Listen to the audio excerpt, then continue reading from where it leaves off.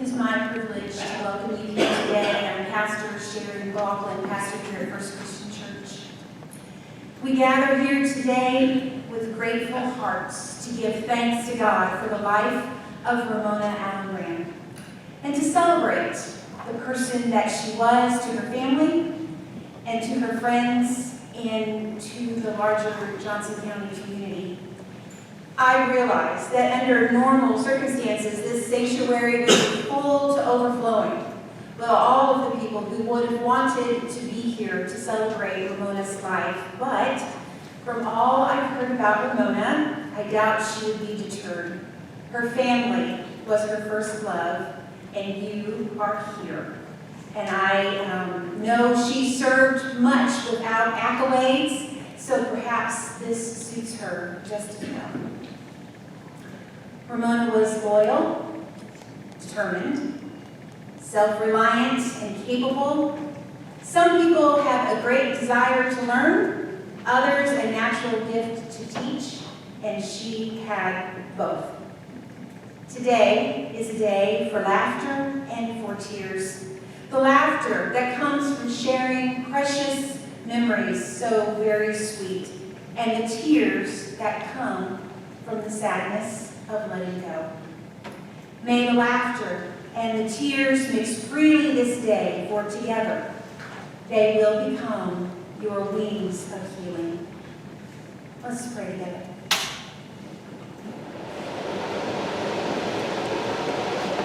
Holy, creating God, be with this family today, Cindy and Karen and Kent, in the loss of their mother.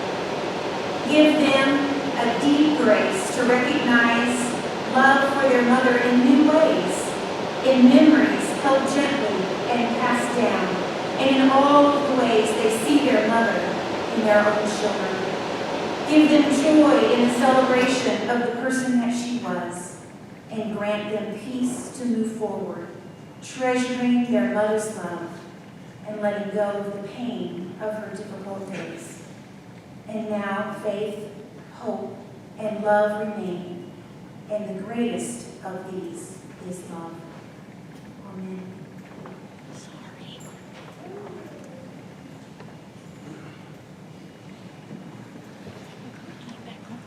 From Joshua 1, verse 9. Have I not commanded you? Be strong and courageous. Do not be afraid. Do not be discouraged. For the Lord your God will be with you wherever you go.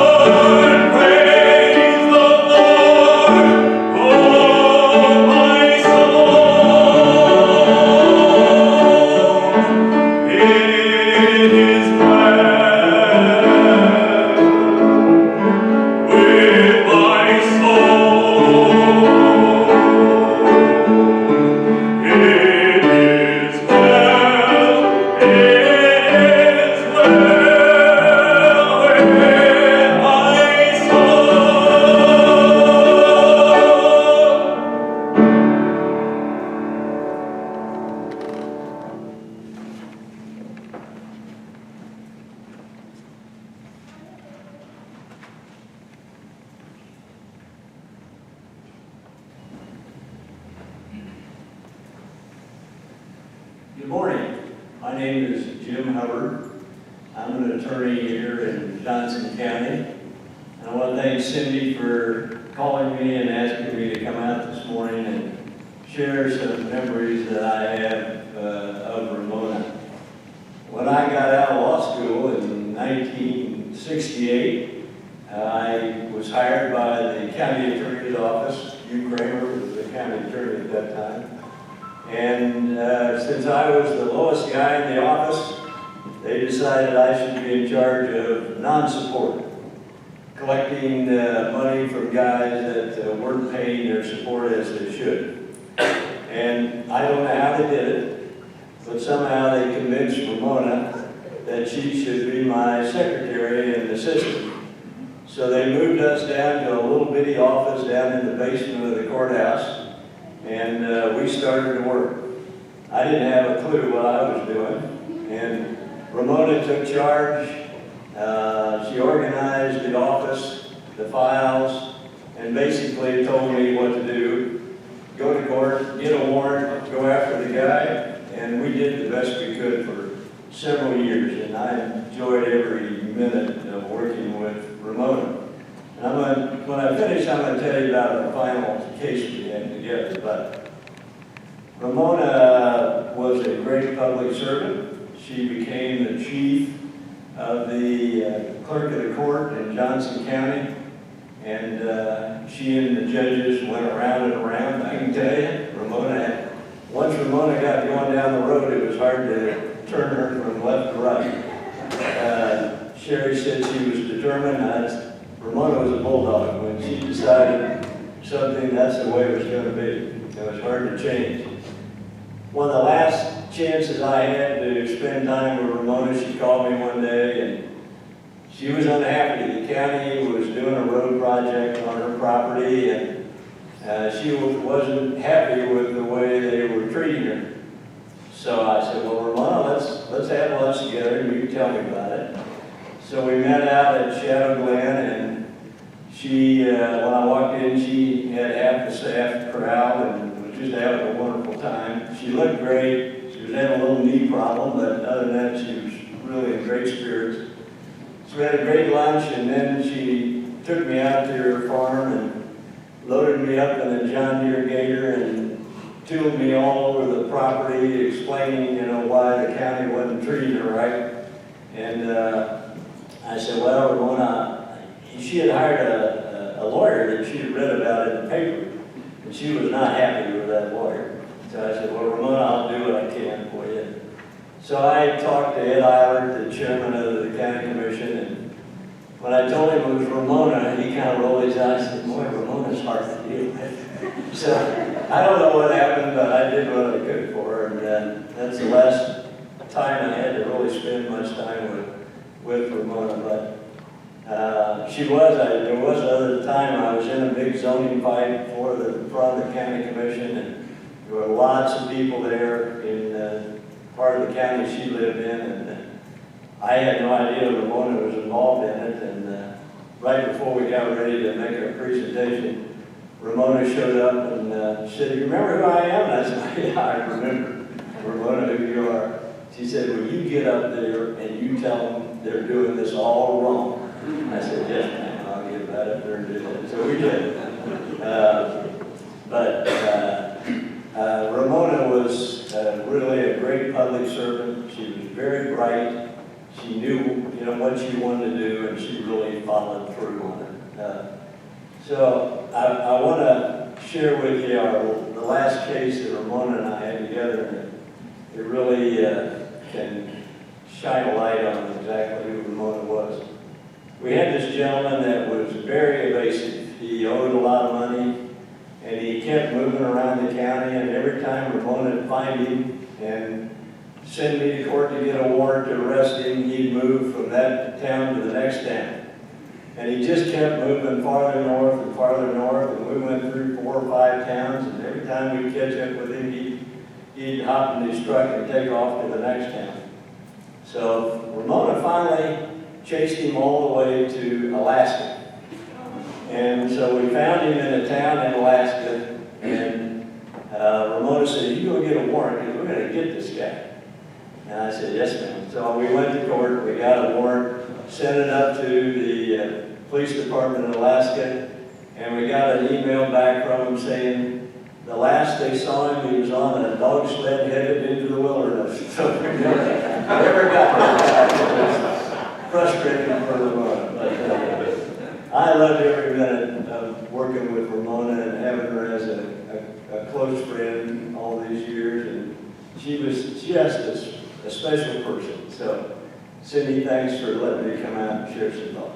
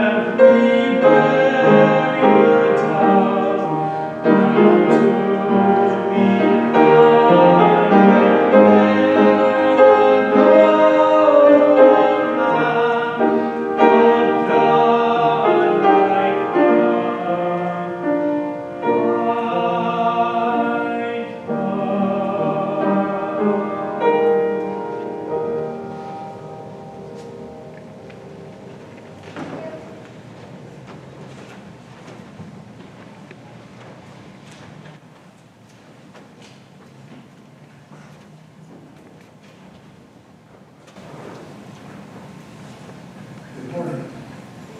My name is Hank Walton, and I'm in Cowboy in Wells, Oklahoma. I've had the privilege of knowing Ramona for almost 60 years. I met her when I was 1.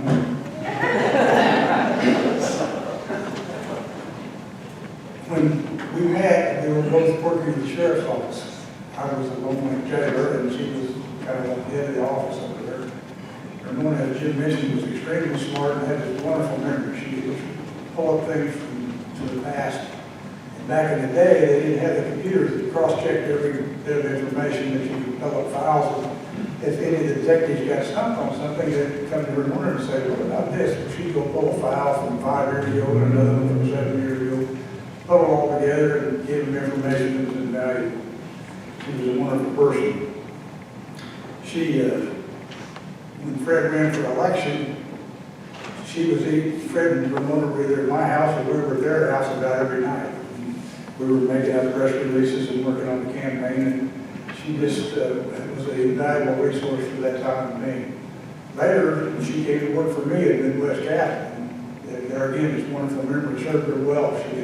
She managed the office, did all the books, could recall cattle shipments that I couldn't even remember, and was a very big help to me. I know many of you here, and I'm glad to see you. And in another situation, you would say, I wish it was under different circumstances. But in this particular case, we all know that Ramona's quality of life the last few years hasn't been very good.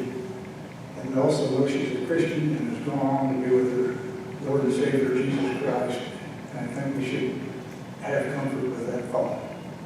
What I want to say is to Ramona's goodbye, old friend, rest in peace.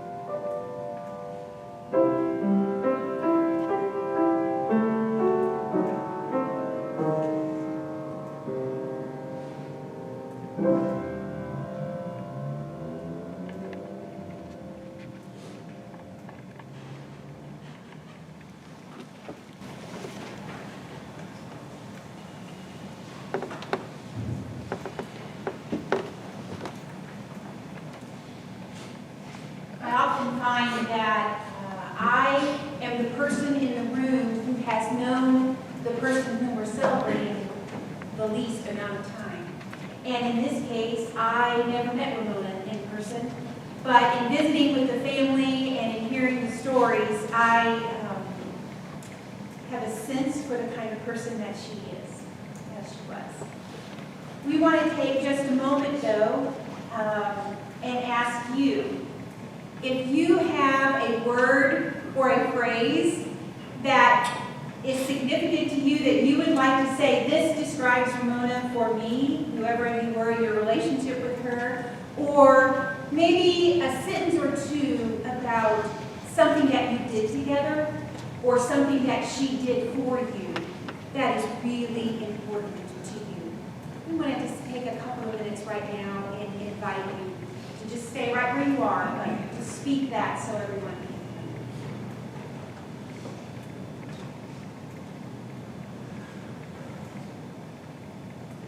My grandmother taught me to be difficult. If you are bothered by something, if something upsets you, if you see something that's not right, it's okay to be difficult until you're listened to. And I think that's exactly what Hank and other people noticed about her, is if something was not right, she was going to be difficult until you listened. And sometimes that's what you have to do. Thank you.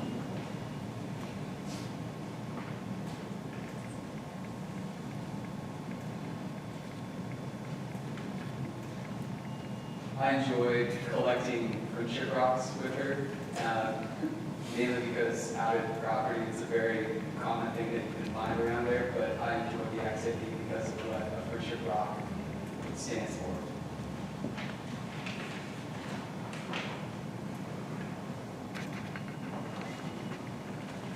Okay, Ramona, friend, right there. Right there. Thank you.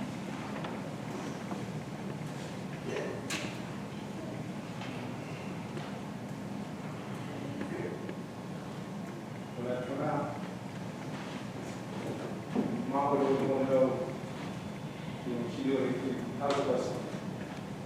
And you still come out, see place.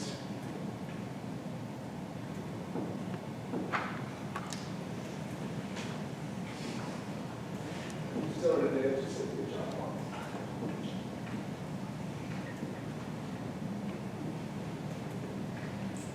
Dedication. Kind of like what my sister was talking about. Whether it was your family, community, country, that's what I learned.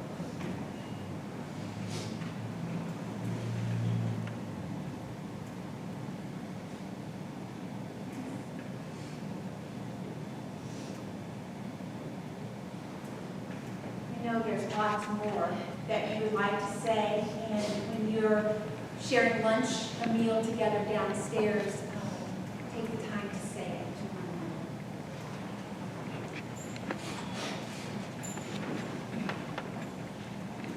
another. From John 14, verses 1 through 6. Do not let your hearts be troubled. You believe in God, believe also in me. My Father's house has many rooms. If that were not so, would I have told you that I am going there to prepare a place for you? And if I go and prepare a place for you, I will come back and take you to be with me, that you also may be where I am.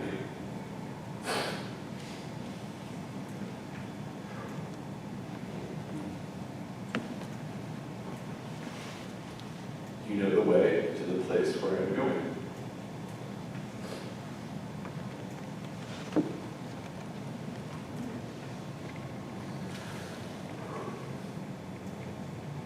Thomas said to him,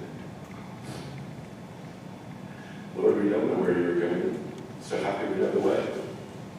Jesus answered, I am the way and the truth and the life. No one comes to the Father except through me.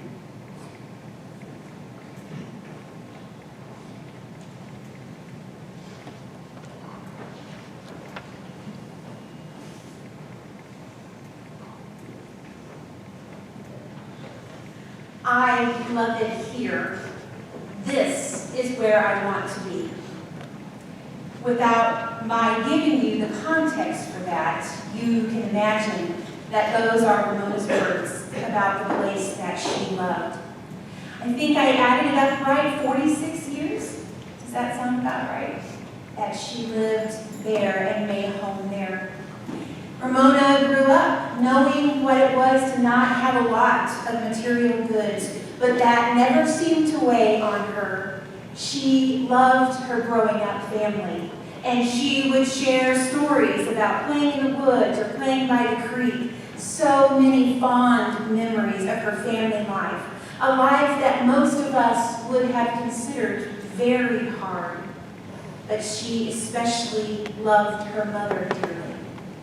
Her dad was a journeyman worker, we could say. He traveled as he took jobs in different places. That was the way of the world for many people in the 1940s, a bit nomadic, perhaps.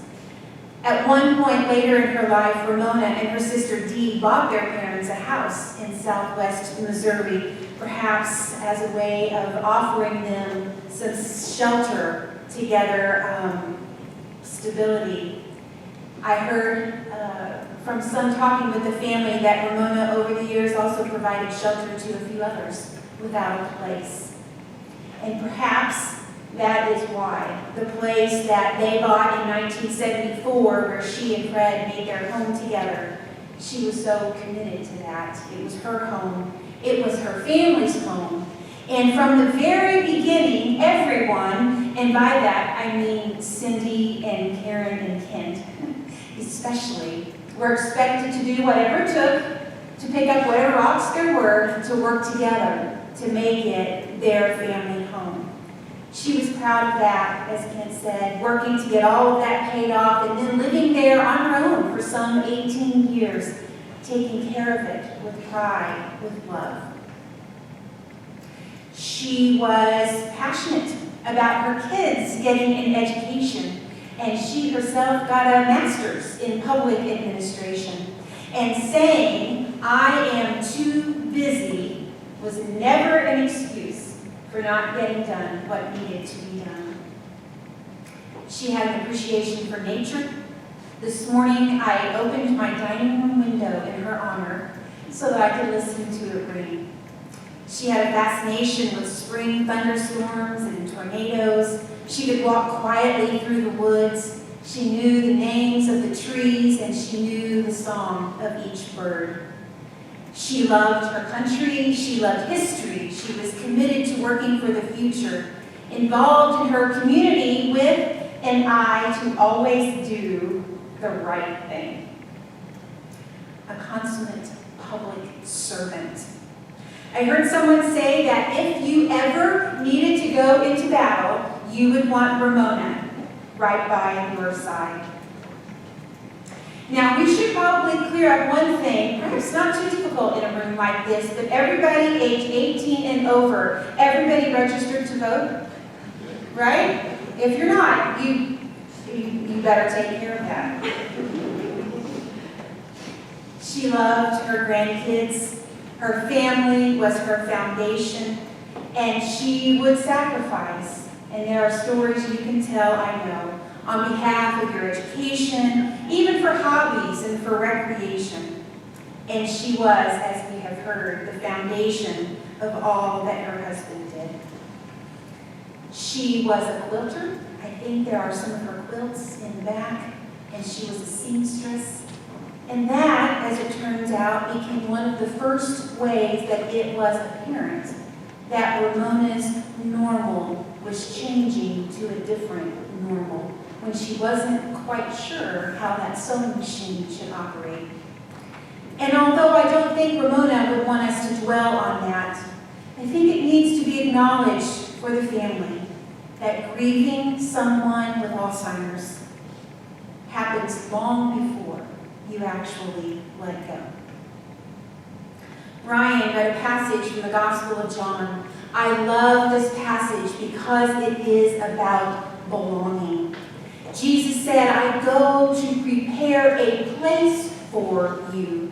He tells his disciples first, He won't be with them on this earth forever. He will die. But the resurrection, you will find him preparing a place of belonging. We refer to this sometimes as heaven, and some people think of it as a fancy place with mansions and golden streets, but I think that misses the entire point. It is about a place of belonging, where it will be large and it will be expansive, where all will be well and all will be welcomed. While you grieve her loss and the empty place that it leaves in your heart, I believe God's promise. Ramona has been warmly welcomed into a new place of belonging, where all is right and all is well. Ramona's was a life well lived.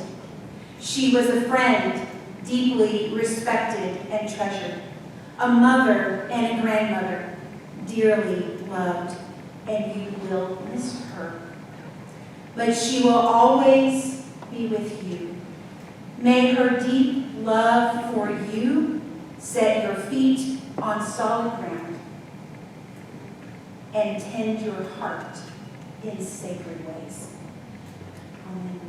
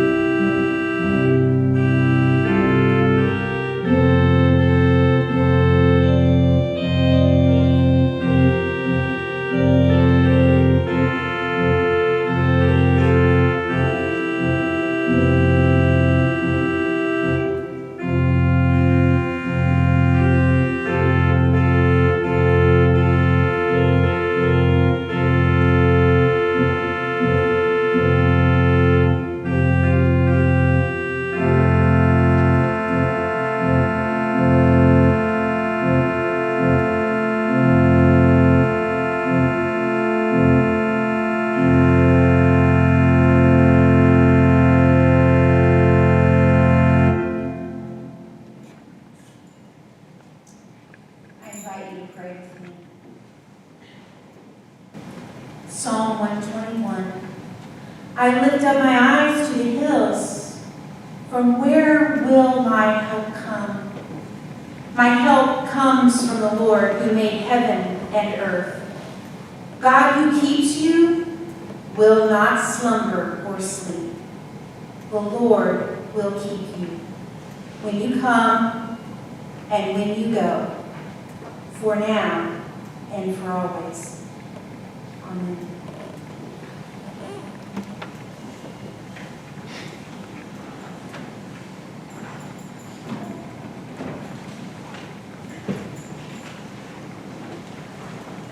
This is our conclusion, and you are welcome, please, to join us downstairs where you can share some more time together around the tables with laughter and tears, however